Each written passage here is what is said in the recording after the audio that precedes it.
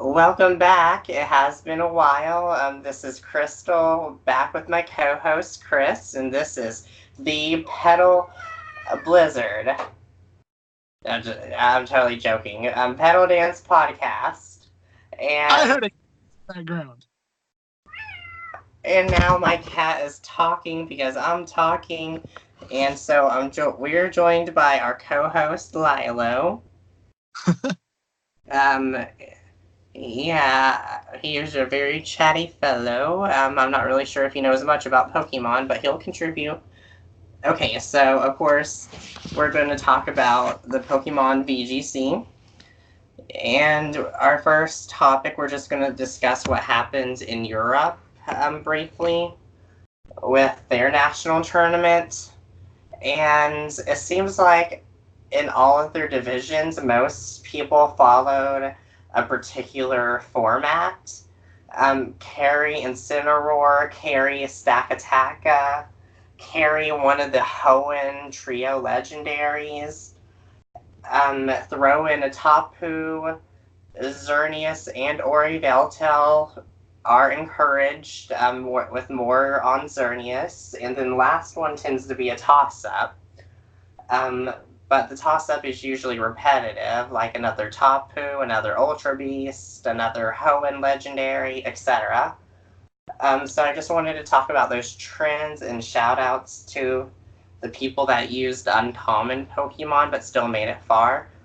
I loved seeing Bronzong, Togedemaru, and there's really not too many to give a shout-out to, sadly.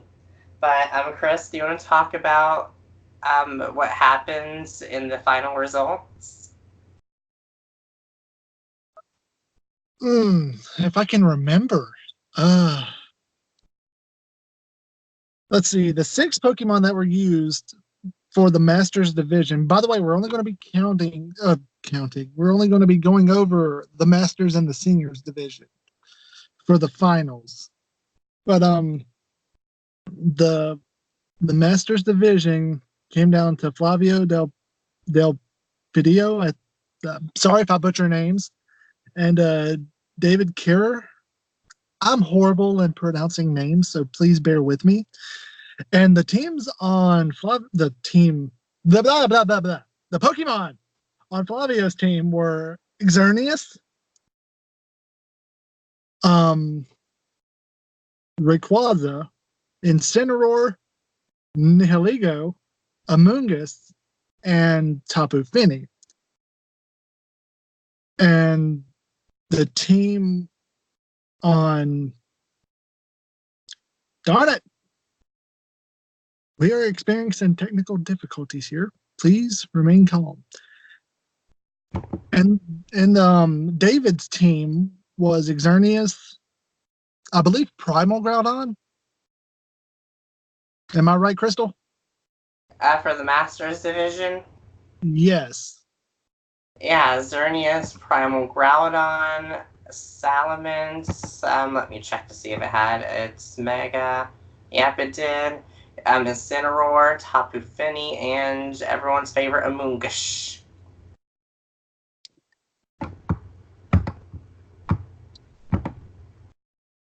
We're not going to spend too long talking about going over what happened because you can easily watch it on YouTube. You can watch both of them on YouTube. They're both of their entireties on YouTube for in the Pokemon official Pokemon YouTube channel. But the team that won was actually Flavio with Xerneas, Rayquaza, Nihilego, Incineroar, Amoonguss, and Tapu Fini. Which there was no Stakataka. Funny enough, there was no Stakataka in either team. And they both had Amoonguss. They both had Amoonguss. So this one wasn't too bad. It did go 2-0, so there was no third game. It was really one-sided the entire time, honestly. I think it's because he knew how to counter Primal Groudon, because when you have Airlock Rayquaza before it becomes Mega Rayquaza, you are really screwing with Groudon. Primal Groudon's only offensive, defensive skill it has, and that's the insane drought it brings. It eliminates the ×4 weakness to water and supercharges fire attacks. When you take that away, you don't really have a Pokemon worth using, and he played to that weakness very well. Like, I honestly, before I was watching it, I only saw their teams. I thought the Primal Groudon would help David win, but it was very shocking, but amazing to really see that pull it out the way it did. Yeah, I'm actually going to have to agree because up until now, I've never really seen Primal Groudon at least be countered in any type of way like this. And just to see it basically just effortlessly happen. Not gonna lie, it was kind of refreshing to see. And I'm trying to think. Sorry, I was just gonna joke and say refreshing to see a Groudon get its butt whooped. Yes. Violence is so refreshing. Were there any Pokemon on either team that never got used? That requires me using my memory. So on Flavio's team, I don't think he used Amoonguss in the 2 matches. I'm not 100. My memory is not 100, but I don't recall it being sent out. I don't remember that either. It's been a while since both of us have watched these videos, by the way, so we're just trying to go on memory, which is limited at best. So please bear with us. So David, I think he used Amoonguss. I am not. Did he use Salamence? Yes, he did use Salamence. Okay, I think it's Tapu Fini that he did not use. I don't recall 2 Tapu Finis being used on the same battlefield. I don't either. And of course, if we're wrong, you can always put it in the comments if anybody wants to actually watch the videos for themselves and check it out. I would recommend it. Yeah, it's also just within the spirit of Pokemon. I recommend just watching the videos, but not especially rely on our memories. Right. And also, if you're wanting to get into competitive and wanting to know how the competitive game is going right now, this is a good taste of what's going on right now, which is going to lead into our main topic here in a little bit. Yeah, but I also wanted to give a shout out. I forget which rank, but someone used a Crobat. Crobat is one of my favorite Pokemon, and when I checked out its moves, I'm only going to talk about this really quick. When I saw its moves, I was really shocked. Like, Chris, how would you imagine someone running a Crobat competitively?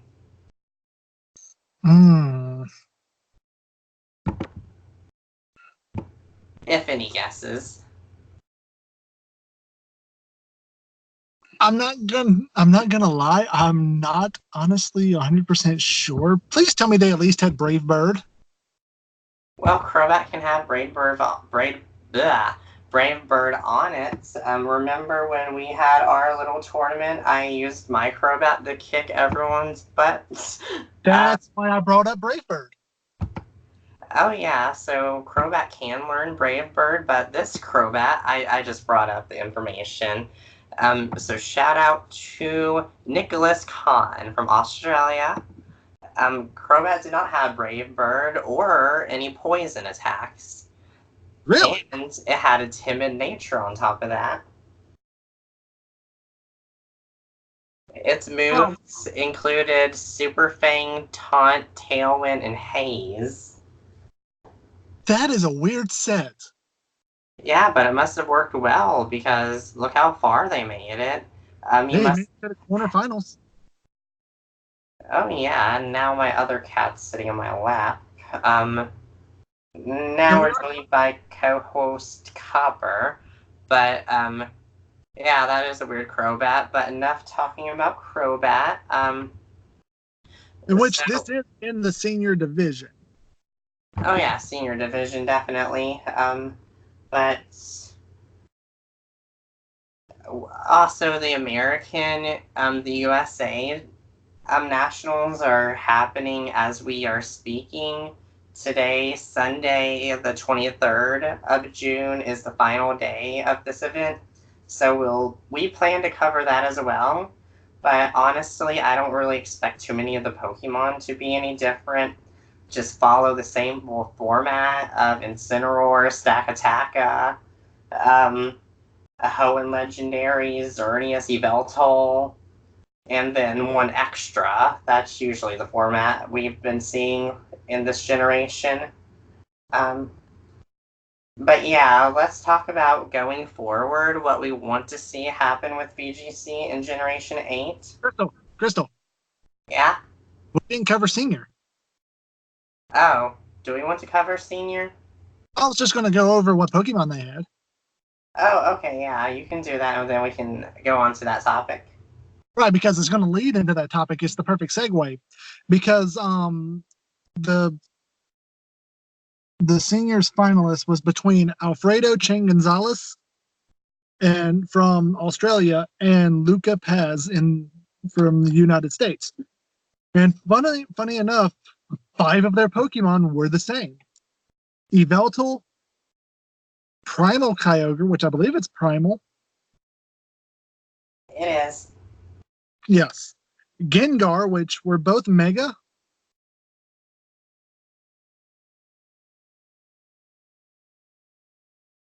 I confirm. Incineroar and Stakataka. The only difference was Luca Paz had Raichu, and Alfredo actually carried Tapu Lele, which was really neat to see. And I want to say this one went to three rounds. I could be wrong. I think it did. For 2. I can't remember, honestly. Like I said, it's been a while since we watched these. But Alfredo Chen Gonzalez did come out on top with his team of Yveltal, Primal Kyogre, Gengar, Incineroar, Stakataka, and Tapu Lele. The only Pokemon I don't remember ever seeing getting used in either team, it was Raichu. Yeah, Raichu never got brought.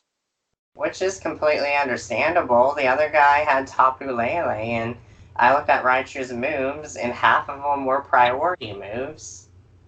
So yeah, being stuck to only being able to use 2 moves is no bueno in this situation, especially in the finals.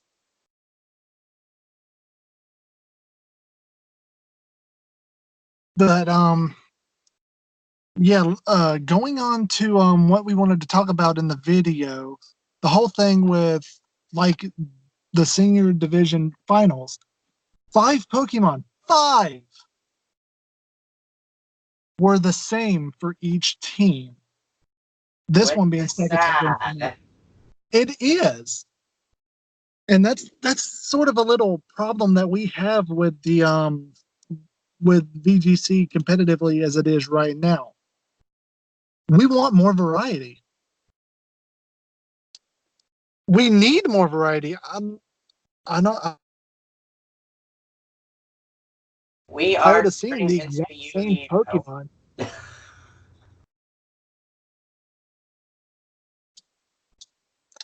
Well then. Yeah, sorry, that was just me ripping on Yu-Gi-Oh! How it kind of transitioned into you must carry these specific cards to win, and yeah, I kind of have a little bit of a grudge against that community, but Yeah. out of the question. like, it's just a little Pokemon. ironic. There are more Pokemon nowadays, but the team selection on what you can use to be competitively viable, like, that's gone down tremendously. Like, you can easily predict someone's team without even looking at it for the most part. Um,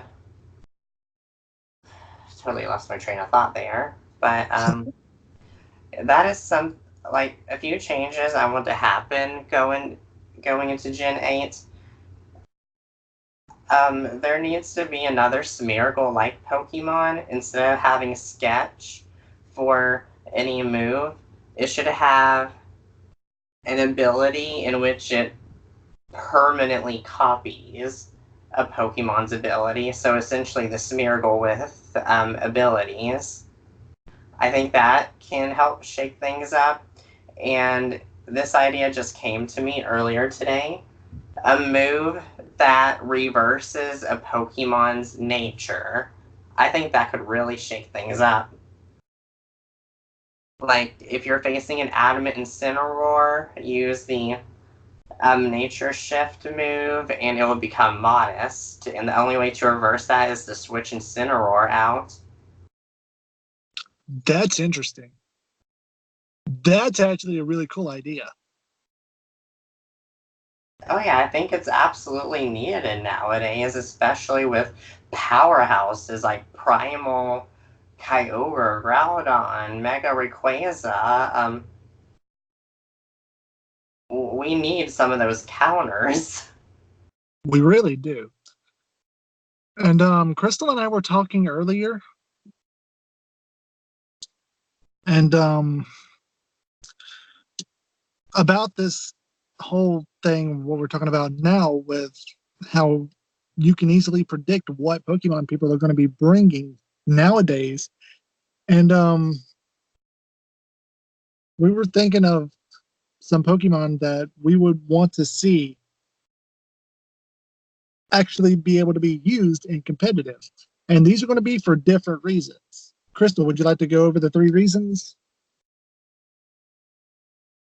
Um, just so we're on the same train of thoughts, are we just on the topic of which Pokemon we would like to see in and why? Sorry, you kind of lost me a little bit. Come on, Crystal. Like Pokemon, we were going to give the examples. Oh, the 3 different examples? Yes. Oh, well, those are 3 different categories altogether. So we have 3 different categories of Pokemon that we would like to talk about in VGC. First one is about a Pokemon that's really great, but it has something hindering it so tremendously that we wanted to see improvements for it to have some VGC viability. The second category is a Pokemon that we think is actually pretty good, but for some reason or another, it's just not popular in VGC. And just give a shout out to it. And then the third one is a Pokemon that is or has been very popular in VGC, and we just want to shred it to pieces and essentially just hate on it, honestly. And by the way, there are multiple Pokemon that could be put in each of these categories, but just for this video, we just wanted to do one per category just to make it a little simpler, mainly because we're lazy. And we're also giving it a try since this is our first video doing this. So the Pokemon that's pretty great that we wanted to talk about, which has an obvious hindrance, will have to go to Slacking. We just wanted to talk about Slacking first because we all know how powerful and wonderful Slacking is, but it has that Truant ability.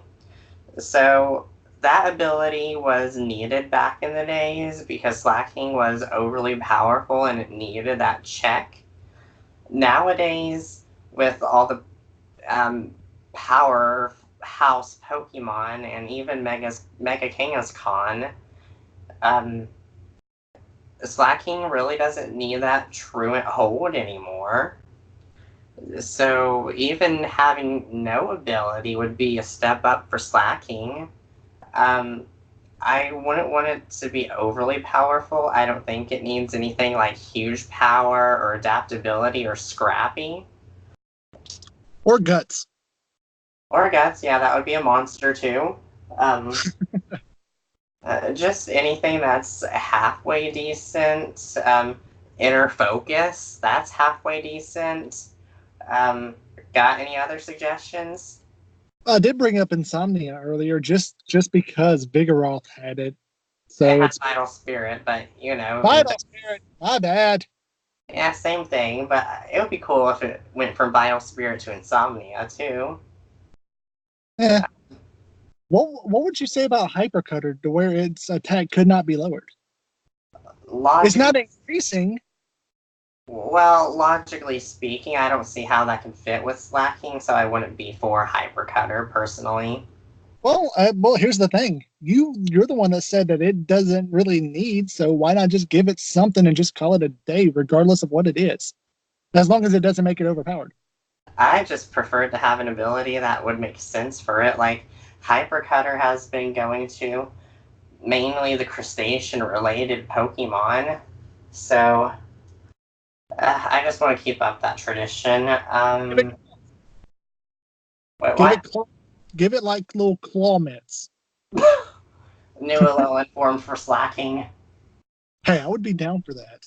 Wait, they already have that. It's called Crabominable. Come on now, you cannot say that Crabominable does not look like a crab version of Slacking. It does. Okay, so any other comments regarding slacking before we move to the second category? Not really. It's really good. It's the only thing that it has going against it is the truant ability, and getting rid of that for something else, especially now since it doesn't really need it to like balance it out. Just anything will work. You know what? I think a really good fitting ability would be Comatose. Are you familiar with that ability by any chance? I'm trying to remember what it does. It's exclusive to one Pokemon. Kamala. Yes, the only status condition you can gain is sleep, which being slacking, like, I think that's fitting, and it's not overly powerful, so to speak, for an ability. Yeah, I can go with that. Okay, so that's our recommended improvement. Give slacking Comatose. Now, the second category, I think we'll spend more time talking about a You'll Pokemon spend that. more time talking about. Wait, what? I said you'll spend more time talking about because Probably. I don't really have any. I don't really have any experiences with this Pokemon per se. Oh, and I do. It's one of the reasons I guess we're talking about it first. A Pokemon that's not competitively used often in VGC, but we, more specifically, speaking for myself, think it's really underrated and it should be used more often. Um, Not so much to make it OU or Ubers or whatever, just it would be nice to see more of because it is viable. And that Pokemon is. I just got a hiccup. Okay, so that Pokemon is Golurk. You know, from the infamous Generation 5, with the great typing of Ghost and Ground. So, it has three abilities, of course, one of them being hidden. Either No Guard or Iron Fist are recommended depending on what you're running. I would not recommend Klutz as an ability for anyone. It's a shame that he even has that option. And now I'm just remembering the time I hatched a shiny Golett with Klutz. Sorry, I'm getting bad memories now, but okay, so really, Iron Fist and No Guard are both valuable, but it really depends on how you run Golurk. So looking over its stats, it has pretty good attack. It's fairly bulky. I would not put it in like a stack attacker bulky rank, but for a Pokemon that has no ×4 weakness, this is pretty bulky. 89 base HP and 80 each in both of the defenses. Like, that's fairly bulky. Like, most attacks would not knock it out in one hit. Right. Plus, it's got a really good. It's a really good hard hitter with a 124 attack stat. And especially if it has the Iron Fist ability, which boosts essentially any move in which you're using your hand, wrist, arm, etc. And so, stuff like hammer arm, focus punch, anything like that. It has a lot of moves, although it's a little crippling when it comes to the ghost moves it has. So, its ability Iron Fist would actually make Shadow Punch relatively good. Shadow Punch is a physical ghost move, 60 power, cannot miss. So it's already decent, but getting the stab and the Iron Fist bonus, that would actually make Shadow Punch good. I mean, not fantastic, but just enough to do a great amount of damage to Pokemon weak to it.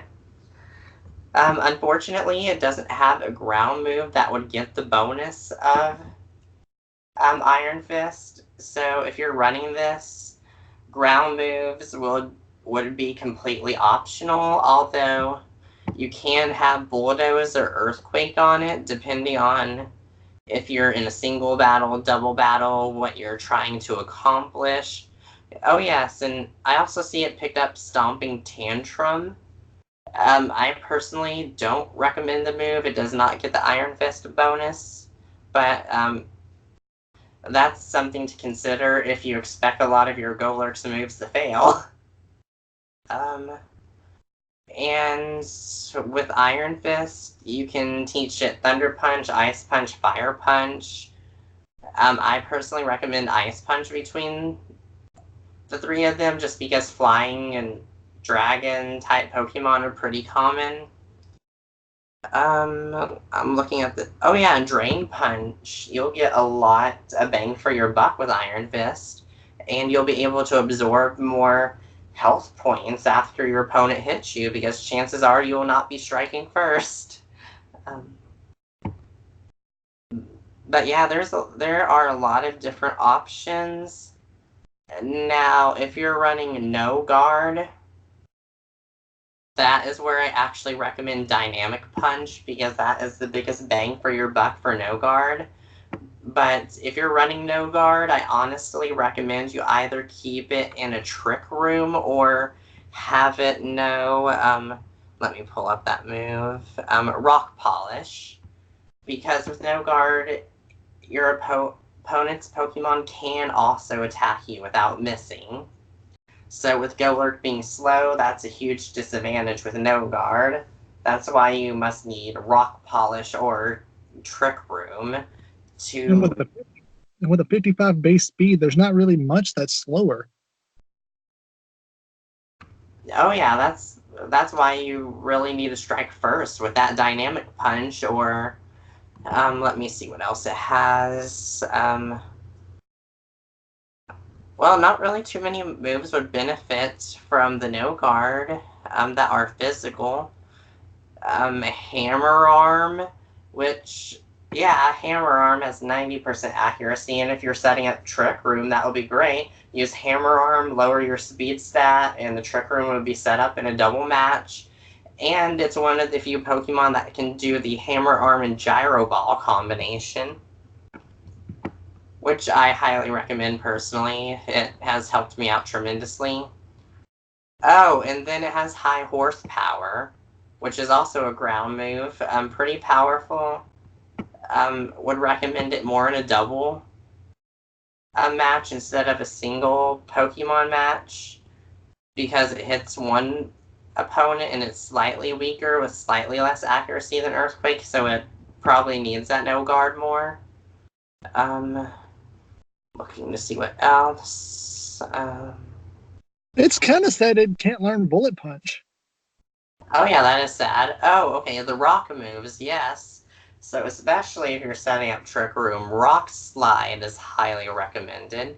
It can also learn Stone Edge, which works well with Trick Room, but if you're running Trick Room, I personally would recommend Rock Slide more. But it looks like that's all that really matters, unless you want to put Toxic or Zen Headbutt on it, but I feel like there are other Pokemon that would work with those moves a little bit better than Golurk. And also one other idea, regardless of which ability you're using. So when it comes to physical ghost moves it can have, it doesn't really have too many options. We talked about how Shadow Punch can be viable. So if you're running no guard, you don't really have the option to use ghost moves. But if you have Phantom Force, which most people avoid because it's easy to manipulate Phantom Force, you can use the Z move for it, so that way its power doesn't go completely to waste.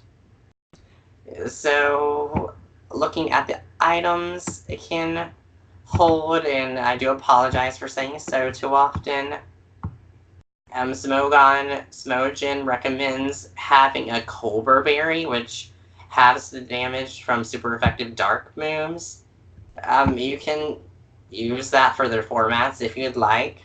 I personally love running Assault Vest on it, or a Choice Band. That way I can get the most bang for my buck from Golurk. Or even the Z Crystal for the Ghost move with Phantom Force. But yeah, do you have any comments on the use of Golurk competitively, Chris? Like I said before, I have no experience. It cut out a little bit. I said my experience with Golurk is basically non-existent, so I really don't have much to say.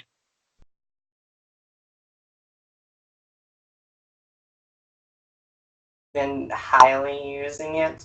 It has been very valuable to me. Of course, there are times in which Golurk's not handy, but most Pokemon have that gap or weakness somewhere. When I'm up against water-type Pokemon, I'm pretty SOL, to say the least.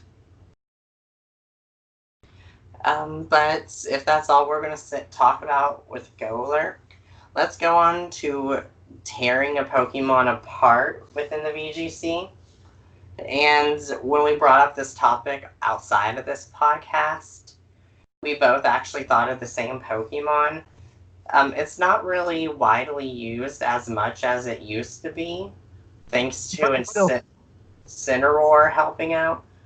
But it's still used very often, and it needs to be nerfed, in my opinion.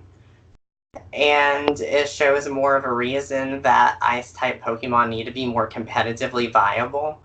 And of course, we are talking about Landorus, specifically the Therian form.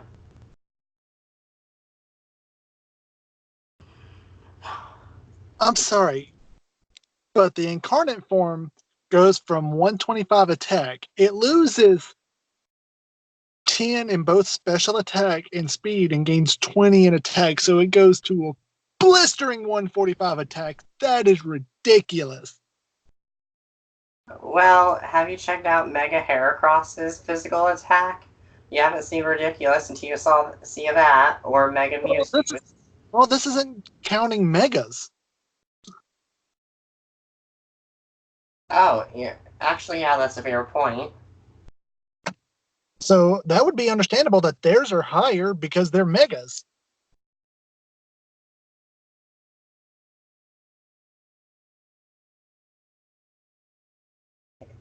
And we have some Mega Pokemon that are physical attackers that don't even reach that Landorus Therian attack. So yeah, that is definitely a valid point. Although I wouldn't know how to nerf Theory and Landorus in the future.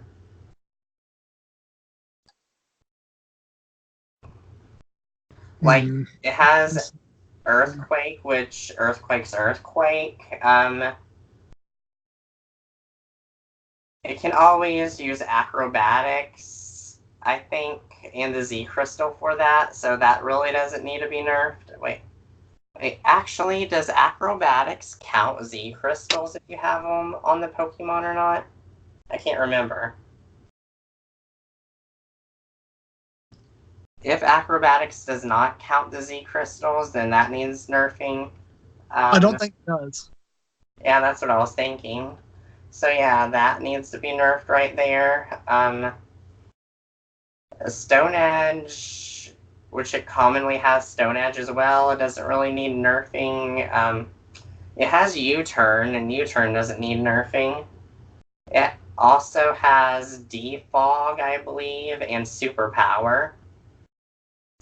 Defog's Defog. Does Superpower need a nerf, even though you lose your physical and attack and physical defense? I think so. I wouldn't be sure how to nerf Superpower, though. Yeah, I'm not sure. I'm not sure either. But... Actually, yeah, I got an idea. What's just that? add one more drop in speed as well. Landorus Therian's pretty fast, and a lot of people put Choice Scarf on it. So, Superpower, lower attack, defense, and speed. And in exchange, Superpower can get a little bit more battle power from like 120 to 130 or something, but it really needs that nerf.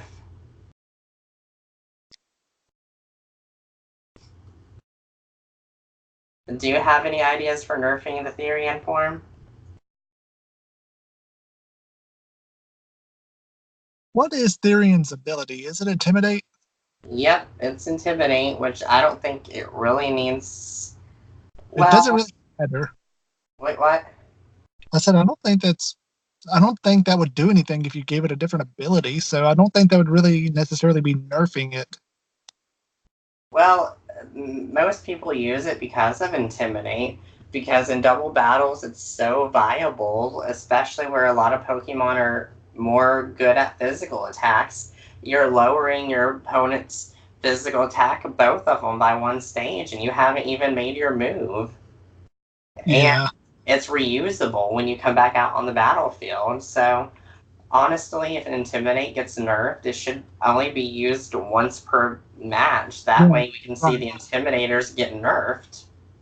Yeah, I can agree with that. Or at least used once per Pokemon that's already been exposed to it.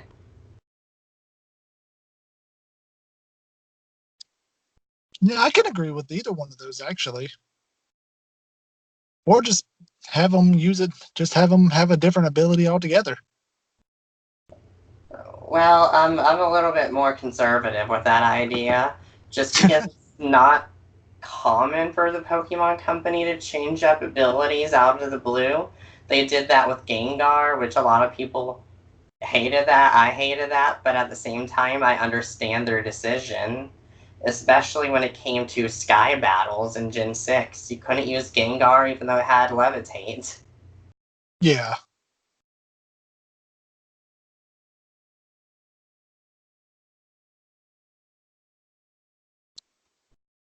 So if they do go with your idea and changing its ability, it would have to make more logical sense. Like Gengar going to Curse Body honestly makes more logical sense. So what ability would you consider? Oh, honestly, I'm not sure. Like, I would have to read its Dex entry, more of the origins, check out its biology a little bit more. So it's something I haven't really considered. I don't like to think about Landorus too often, other than how much I despise how popular it has been. That's pretty bad. But yeah, another check or counter to it is just, like I said, Pokemon Company needs to get with it with the ice types. Make them competitively viable. They're only Agree. they're only resistant to ice, nothing else. Make it more resistant. Why isn't ice resistant to water, for crying out loud? Um,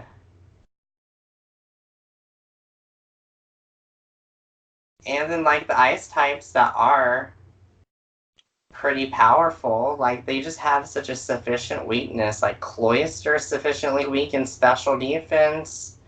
Abomasnow has a huge weakness to the common fire type moves. Um, I like Walrein, but a lot of people don't find Walrein valuable competitively. Um, Articuno has a huge weakness to rock moves, and those are very common. Yeah, we Especially just rock. oh yeah, we just need ice types to get more of a buff. I mean, physically, sorry, offensively, they're just fine. Like ice beats 4 different types. You have a wide variety of ice attacks. Even though most of the time, you'll be using Ice Beam. But yes, ice definitely needs to get more buffed up. And not just abilities that only increase stats in the snow or in hail. And like even that, like it's hard to even run a hail team because with Sunny Day and Rain Dance, you have other Pokemon types that benefit from it, and Sandstorm too. Sandstorm benefits ground, rock, and steel Pokemon, and Pokemon with like abilities that are immune to Sandstorm damage. You have Sunny Day that benefits fire types, grass Well, types with certain abilities, any Pokemon that can learn Solar Beam, Pokemon that are weak to water attacks where it's halved in the sunlight, um, the Synthesis users, and in Rain Dance, that powers up water types, it weakens damage from fire attacks, that makes thunder and hurricane hit without failure. And then with hail, who benefits other than ice types? And Pokemon who have the ability to be resistant to those damages.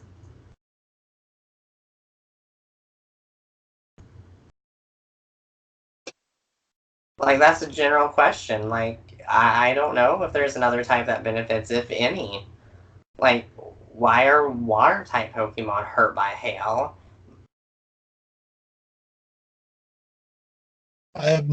Honestly, I don't know. Yeah, I also think they need to make hail a little bit more friendly for other types, like they have with the other forms of weather. But we kind of got off, well, mainly me. I mainly got off topic and ranted about my favorite type.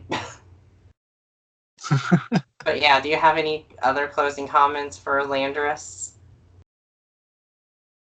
It just needs to go away for a while. Oh yeah, like I It, know I'm gonna get so much crap for saying this, and we'll go over this in another podcast when all of us are able to meet. But when they announced there's not going to be a national index for the Galar region, I was actually thankful for it because my first thought is if there's no Landorus, I am thrilled. that's bad. Yeah, I Yeah, know. come to think of it, this is really going to shake up how the metagame is going to be played, isn't it? Well, it really depends on which Pokemon make the cut or not. So if they crop out all of the Ultra Beast, if they crop out all the Tapus, if they get rid of all the starters but their regional starters, and if they get rid of all the weather genies, well, yeah, I'm not sure if the weather part's correct, but genie Pokemon. Oh yeah, and no aura Pokemons or anything in battle, then it's going to be really different. But I'm personally excited for that. We need that kind of shakeup. Oh, it's very much needed. In addition to the other suggestions that we made, please implement those Pokemon. We know you hear us, and we have the complete authority over everything you do. Or ignore us like pretty much everybody else does. Oh, relax. They ignore everyone. Oh, I was saying just ignore us like everybody else ignores us. Oh, yeah, I knew you were saying that, but I was also just saying they ignore everyone. Like, the amount of people that were actually requesting Dynamaxing, like, all 0 of us. But again, we'll talk about all that stuff in another podcast. Yeah, because we do have a video plan covering everything that's been released about Shield and Sword, up to date at least. Yeah, it's just schedules, health, other things in life that came up. So whenever all of us are up to it, we'll send out another podcast regarding that.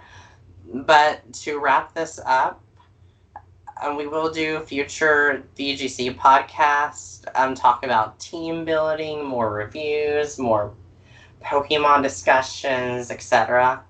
And updating how things are changing in Generation 8 once we have that information.